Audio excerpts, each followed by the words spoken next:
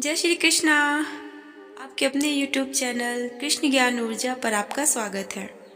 श्री नयन कहते हैं कि हे नारद, शंकर सुवन कार्तिकेय नंदिकेश्वर से यूं कहकर शीघ्र ही कृतिकाओं को समझाते हुए नीति वचन बोलने लगे। कार्तिकेय ने कहा कि हे माताओं, मैं देव समुदाय, बंधु वर्ग तथा माता को देखना चाहता हूँ, अतः शंकर जी के स्थान पर जाऊंगा। इसके लिए आप लोग मुझे आज्ञा प्रदान करें।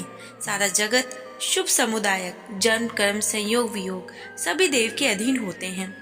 देव से बढ़कर दूसरा कोई बलि नहीं होता है। वह देव श्री कृष्ण के ही वश में रहने वाले हैं, क्योंकि वे देव से परे हैं। इसलिए सतलोक उन ऐश्वर्यशाली परमात्मा का निरंतर भजन करते हैं।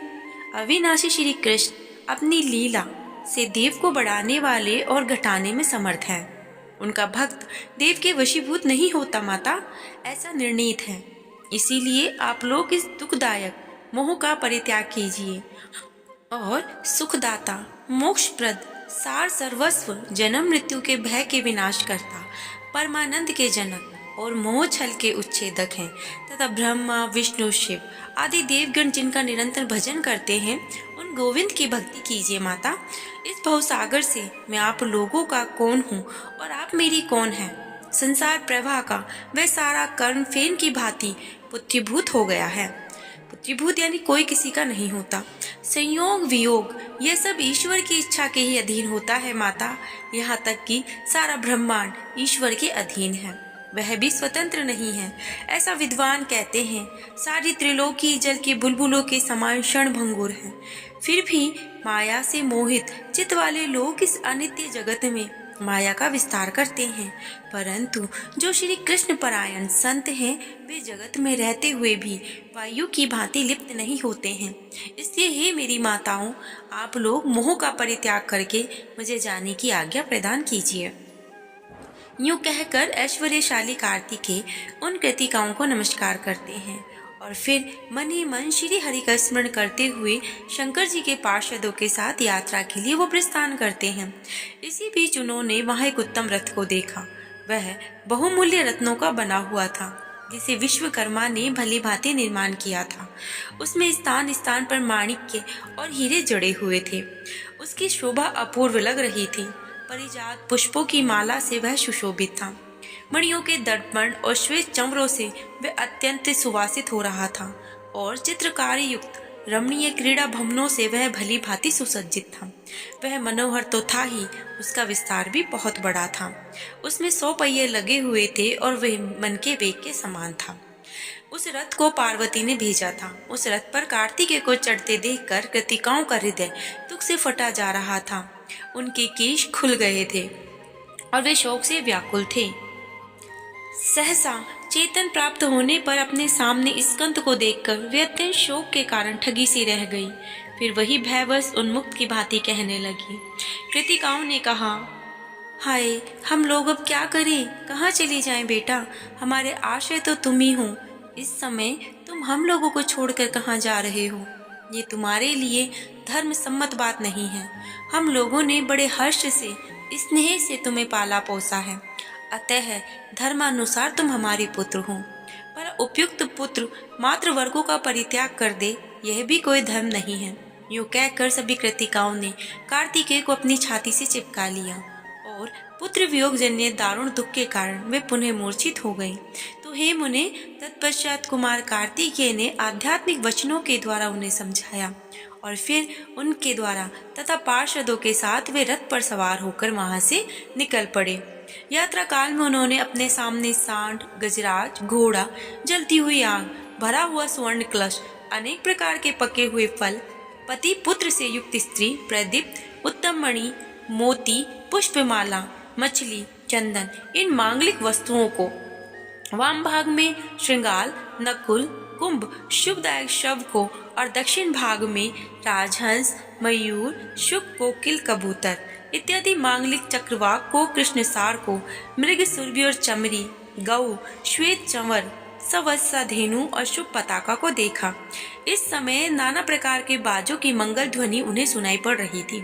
हरि कीर्तन, घंटा और शंख का शब्द होने लगा। इस प्रकार मंगल शकुनों को देखते हुए तथा सुनते हुए कार्तिकेय आनंद मग्न उस मनके के समान वेगशाली रथ के द्वारा क्षण मात्र से ही पिता के मंदिर पर जा पहुंचे। वहां कैलाश पर पहुंचकर वे अविनाशी बट वृक्ष के नीचे कृतिकाओं तथा श्रेष्ठ पार्षदों के साथ कुछ देर के लिए ठहर गए। उस नगर के राजमार्ग बड़े मनोहर थे। उन पर चारों ओर पदराग और नीलमणि चढ़ी हुई थी। समूह समूह के केले के खंभे खड़े हुए थे, जिन पर रेशमी सूत से गुथे हुए चंदन के पल्लवों की बंदरवार लटक रही थी। वह पूर्ण कुंभों से सुशोभित था। उस पर चंदन मिश्रित जल का छिड़काव किया गया था। इस प्रकार कार्तिकेय के स्वागत के लिए वहां पर सभी मौजूद थे और विभिन्न प्रकार की तैयारियां की गई थी। शक्तिशाली कार्तिकेय पार्वती को निकट देखकर हर्ष से गदगद हो गए। उस समय वे तुरंत ही रथ से उतर पड़े और सिर झुकाकर उन्होंने प्रणाम किया। तब पार्वती ने कार्तिकेय को देखकर लक्ष्मी आदि देवियों, मुनि पत्नियों तथा शिव आदि सभी ने यत्न पूर्वक भक्ति के साथ संभाषण किया और अपनी गोद में उठाकर वे उन्हें चूमने लगे।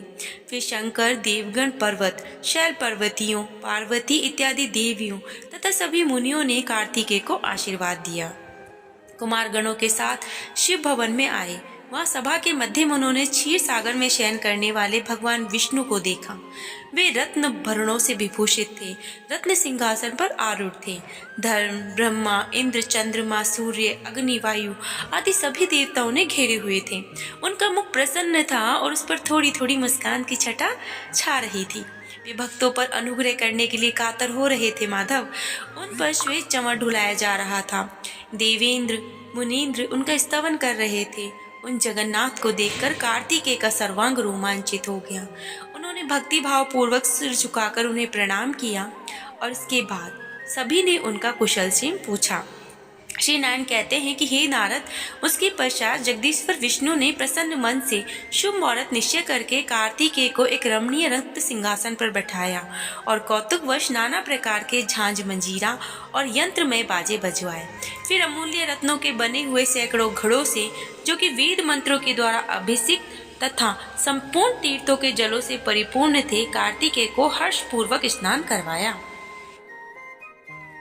तो हे नारद, इसके बाद शंकर ने नारायण, ब्रह्मा और धर्म की स्तुति की। फिर धर्म का आलिंगन करके परम प्रिय श्री हरि को मस्तक झुकाया। उसके बाद शंकर के द्वारा सत्कृत होकर शैलराज हिमालय गणों सहित प्रेम पूर्वक वहां से विदा हो गए। इस प्रकार जो जो लोग वहां आए हुए थे वे सभी आनंद पूर्वक प्रस्थान कर गए। तब महेश्वर देवी पार्वती के साथ बड़े आनंद से वहां रहने लगी। कुछ समय बीतने के बाद शंकर ने पुनः उन सभी देवों को बुलाकर विवाह विधि के अनुसार पुष्टि को महात्मा गणेश के हाथों समर्पित कर दिया। इस प्रकार दोनों पुत्रों और गणों के साथ रहती हुई पार्वती का मन बड़ा ही प्रसन्न हुआ। वे संपूर्ण कामनाओं को देने वाले स्वामी के चरण कमलों की सेवा करती थी। तो नारद, इस प्रकार मैंने देवताओं का समागम, पार्वती की पुत्र प्राप्ति, कुमार का अभिषेक, उनका पूजन और विवाह तथा गणेश जी विवाह, ये सारा वृतांत तुमसे कह सुना दिया है। अब तुम्हारे मन में कौन सी अभिलाषा है और तुम क्या सुनना चाहते हो? इस पर नारद कहते हैं कि हे महाप्रभु नारायण, आप तो पारगामी विद्वान हैं। हे परमेश्वर, मैं आपसे एक बहुत बड़े संदेह का समाधान जानना चाहता हूँ। तो हे प्रभु, जो देवेश्वर महात्मा शंकर के पुत्र और विघ्नों के विनाशक हैं, उन गणेश्वर के लिए जो भी घटना घटित हुई उसका क्या कारण था? जब परिपूर्णतम परात्पर परमात्मा श्रीमान गोलोकनाथ स्वयं ही अपने अंश से पार्वती के पुत्र होकर उत्पन्न हुए थे, तब उन पर ग्रहधिराज भगवान श्री कृष्ण के मस्तक का ग्रहण की दृष्टि से कट जाना बड़े ही आश्चर्य की बात है। कृपा करके मुझे आप इस वृतांत को बतलाने का कष्ट करें। यह सुनकर के श्री नारायण कहते हैं कि हे ब्रह्मा, विघ्नेश्वर का यह विघ्न जिस कारण से हुआ था उस प्राचीन इतिहास को तुम सावधान होकर श्रवण करो। नारद, एक समय की बात है, भक्तवत्सल शंकर ने नारद, माली और सुमाली को मारने वाले सूर्य पर बड़े क्रोध के साथ त्रिशूल से प्रहार किया। वह शिव के समान तेजस्वी त्रिशूल अमोघ था, अतः उसकी चोट से सूर्य की चेष्टा भंग हो गई और वे तुरंत ही रथ से नीचे गिर पड़े। जब कश्यप जी ने देखा कि मेरे पुत्र की आंख ऊपर को चढ़ गई है और वह चेतनाहीन हो गया है, तब वे उसे छाती से लगाकर फूट फूट कर विलाप करने लगे। उस समय सारे देवताओं में हाहाकार मच गया था। नारद, वे सभी भयभीत होकर जोर जोर से रुदन करने लगे। अंधकार छा जाने से सारा ही जगत अंधीभूत हो गया। तब ब्रह्मा के पौत्र तपस्वी कश्यप जी, जो ब्रह्म तेज से प्रज्वलित हो रहे थे, अपने पुत्र को प्रवाहहीन देखकर शिव को श्राप देते हैं और कहते हैं कि जिस प्रकार आज तुम्हारे त्रिशूल से मेरे पुत्र का वक्ष स्थल विदीर्ण हुआ है, उसी तरह तुम्हारे पुत्र का मस्तक कट जाएगा। शिव जी आशुतोष तो है ही, अतः क्षण मात्र में ही उनका क्रोध जाता रहा और उसी क्षण ब्रह्म ज्ञान के द्वारा सूर्य को उन्होंने जीवित कर दिया। उसके पश्चात जो ब्रह्म, विष्णु और महेश के अंश से उत्पन्न हुए, वे त्रिगुणात्मक भक्तवत्सल सूर्य चेतना प्राप्त करके पिताजी के समक्ष खड़े हुए। फिर भक्ति पूर्वक पिता को तथा शंकर को नमस्कार किया। साथ ही श्री शंभू जी को श्राप जानकर वे कश्यप जी पर क्रुद्ध हुए, जिससे उन्होंने अपने ही विषय को ग्रहण नहीं किया और क्रोधवश वो कहने लगे, ईश्वर के बिना यह सब कुछ तुच्छ, अनित्य और अनश्वर है। अतः विद्वान को चाहिए कि वह मंगल कारक सत्य को छोड़कर अमंगल की इच्छा ना करे। इसलिए अब मैं विषय का परित्याग करके परमेश्वर श्री कृष्ण का ही भजन करूंगा। ये सुनकर देवताओं ने ब्रह्म को प्रेरित किया। तब उन प्रभु ने शीघ्रता पूर्वक वहां पधार कर सूर्य को समझाया और उन्हें इनके कार्य पर नियुक्त किया। फिर ब्रह्मा, शिव और कश्यप आनंद पूर्वक सूर्य को आशीर्वाद देकर अपने अपने भवन को चले गए। इधर सूर्य भी अपनी आशी पर आरूढ़ हो गए। तत्पश्चात माली और सुमाली व्याधिग्रस्त हो गए। उनके शरीर में सफेद कोढ़ हो गया, जिससे सारे अंग गल गए। शक्ति जाती रही और उनकी प्रभा भी नष्ट हो गई। तब स्वयं ब्रह्मा ने उन दोनों से कहा, सूर्य के कोप से ही तुम दोनों हतप्रभ हो गए थे और तुम्हारा शरीर गल गया, अतः तुम लोग सूर्य का भजन करो। फिर ब्रह्मा उन दोनों को सूर्य का कवच, सूर्य स्रोत और पूजा की सारी विधि बतला करके ब्रह्मलोक चले गए।